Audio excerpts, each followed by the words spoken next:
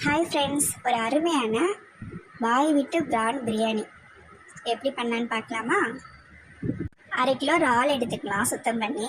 அதில் தேவையான அளவு உப்பு, 1/2 ஸ்பூன் மிளகாய்த்தூள், 1/4 ஸ்பூன் மஞ்சள் தூள், 1/2 லெமன் அதோட சாறு எடுத்துக்கலாம். விதையெல்லாம் இருந்தால் அதை ரிமூவ் பண்ணிக்கலாம்.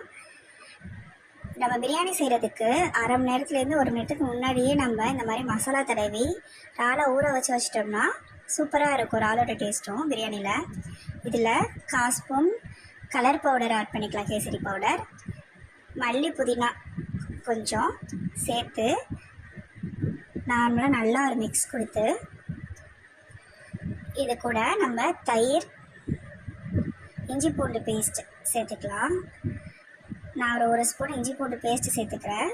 சேர்த்து ஒரு மிக்ஸ் கொடுத்து ஒரு ஸ்பூன் தயிர் சேர்த்து நல்லா மிக்ஸ் பண்ணதுக்கப்புறம் மூடி போட்டு மூடி 1/2 ஹவர்லேருந்து 1 ஹவர் நல்லா ஊற வச்சு எடுத்துக்கலாம். இப்போ நம்ம 3 வெங்காயம், 4 தக்காளி, இஞ்சி பூண்டு பேஸ்ட் ரெடி பண்ணிக்கலாம்.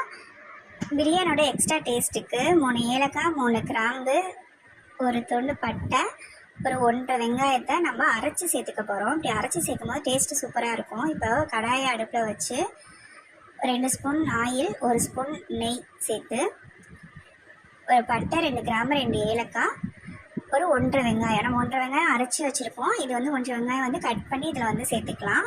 இது வதங்க தேவையான அளவு உப்பு சேர்த்துட்டு நல்லா வெங்காயம் நல்லா ஒரு ப்ரௌனிஷாக ஆகிற வரைக்கும் நல்லா வதங்கணும். அதுதான் பிரியாணிக்கு டேஸ்ட்டாக இருக்கும். இதில் 1 ஸ்பூன் இஞ்சி பூண்டு பேஸ்ட்டு சேர்த்துக்கலாம். சேர்த்துட்டு நம்ம ஒரு பச்சை மிளகா, நீங்கள் 3 வரைக்கும் தாராளமாக சேர்க்கலாம். பச்சை மிளகா, அப்புறம் கட் பண்ணி வச்சுருக்க தக்காளி நான் ஒரு 4 தக்காளி கிட்டே எடுத்துருந்தேன். அதை கட் பண்ணி அதில் சேர்த்துக்கலாம்.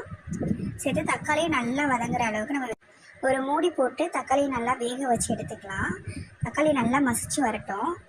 நல்லா வெங்காயம் தக்காளி நல்லா வதங்குறதுலையும் தக்காளி நல்லா வதங்குறதுல தான் டேஸ்ட்டு சூப்பராக இருக்கும். தக்காளி வதங்கினதும் நம்ம வெங்காயம், பட்டை, கிராம்லாம் அரைச்சி வச்சுருந்தோம்ல, அந்த மசாலாவை சேர்த்து அதோட பச்சை ஸ்மெல் போகிற வரைக்கும் நல்லா மிக்ஸ் பண்ணிக்கலாம். நல்லா சூப்பராக நல்லா மிக்ஸ் ஆனதுக்கப்புறம் இப்போவே நல்லா உங்களுக்கு வாசனை, அந்த ஃப்ளேவர் நல்லா இருக்கும். ஆனியன் நல்லா நீங்கள் அரைச்சி சேர்த்தனால.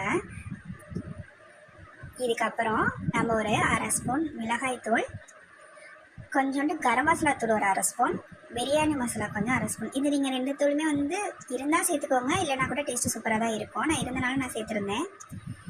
எல்லாத்தையும் நல்லா மிக்ஸ் பண்ணிவிட்டு ஒரு கைப்பிடி மல்லி புதினா வாஷ் பண்ணி எடுத்து வச்சுருந்ததை இதில் சேர்த்துக்கலாம்.